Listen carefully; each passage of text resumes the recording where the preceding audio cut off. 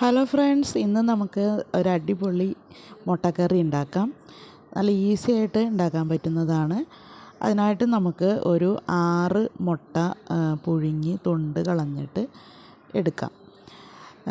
ഇനി വേണ്ടത് 2 തക്കാളി, 2 സവാള, 2 പച്ചമുളക്, പിന്നെ നമ്മൾക്ക് 2 ഉണക്കമുളക്, ജീരകം, മറ്റ് മസാലകൾ വേണം. സവാളയും തക്കാളിയും കൂടി മിക്സിയിലിട്ടിട്ട് പച്ചമുളകും മറ്റ് എല്ലാം ഇട്ടിട്ട് നല്ലപോലെ ഒന്ന് അരച്ചെടുക്കണം. നല്ലപോലെ പേസ്റ്റാക്കിയിട്ട് എടുക്കണം. അതിന് ശേഷം ഒരു പാൻ അടുപ്പത്ത് വെച്ചിട്ട് വെളിച്ചെണ്ണ ഒഴിച്ചിട്ട് ഒരു ലേശം മഞ്ഞൾപ്പൊടി ഇടുക, മുളക് പൊടി ഇടുക. അതിന് ശേഷം മുട്ട അതിനോട്ട് ഇട്ടിട്ട് നല്ലപോലെ ഒന്ന് ബ്രൗൺ കളറാവുന്ന വരെ ഒന്ന് ഫ്രൈ ചെയ്ത് എടുക്കണം. ഫ്രൈ ചെയ്തെടുത്ത് മാറ്റി വയ്ക്കാം. നല്ല ബ്രൗൺ കളർ ആവുന്ന വരെ ചെയ്യണം കേട്ടോ.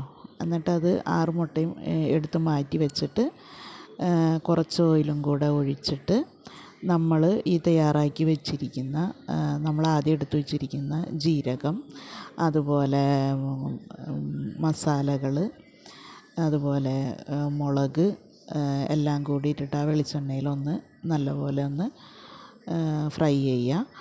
അതിന് ശേഷം നമ്മൾ അരച്ച് വെച്ചിരിക്കുന്ന തക്കാളി സവാള പേസ്റ്റ് ഉണ്ടല്ലോ, അത് ഇതിനകത്ത് ഒഴിച്ചിട്ട് ചെറിയ ഫ്ലെയിമിലിട്ടിട്ട് ഒന്ന് തിളപ്പിക്കുക.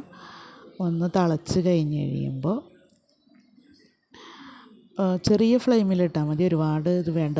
ഒരു 2 മിനിറ്റ് നേരം ഒന്ന് തിളപ്പിക്കുക.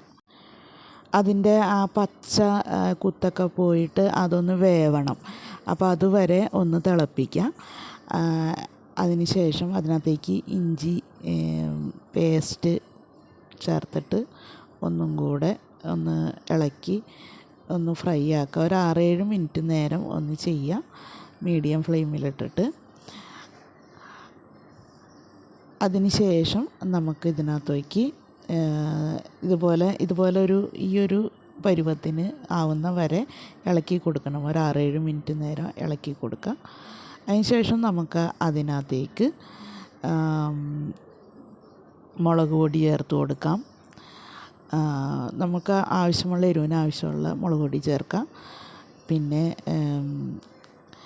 മല്ലിപ്പൊടി ചേർക്കുക, ഉപ്പ് ചേർക്കുക. ഇതെല്ലാം കൂടെ ചേർത്തിട്ട് ഒന്നുകൂടെ ഇളക്കി ഒരു 2 മിനിറ്റ് നേരം ഒന്നും കൂടെ ഇളക്കാം.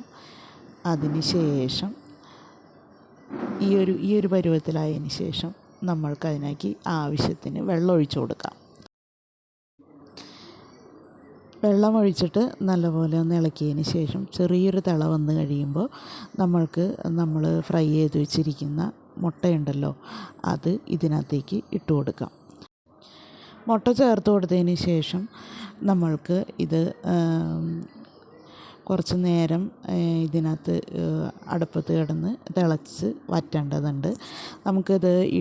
നമുക്ക് ചോറിന് കൂടെയും ചപ്പാത്തിയുടെ കൂടെയും എല്ലാം ഇടിയപ്പത്തിൻ്റെ കൂടെയൊക്കെ കഴിക്കാൻ പറ്റിയ ഒരു നല്ല അടിപൊളി മുട്ടക്കറിയാണ് കേട്ടോ ഇത് ഞാൻ അടച്ചു വെച്ചതിന് ശേഷം 3 മിനിറ്റ് നേരം വേവിക്കണം.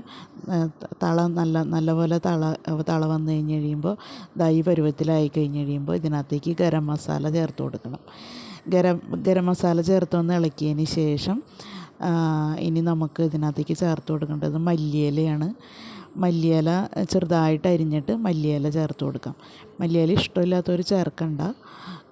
അതിന് ശേഷം നമ്മൾക്കിത് വാങ്ങി വയ്ക്കാം.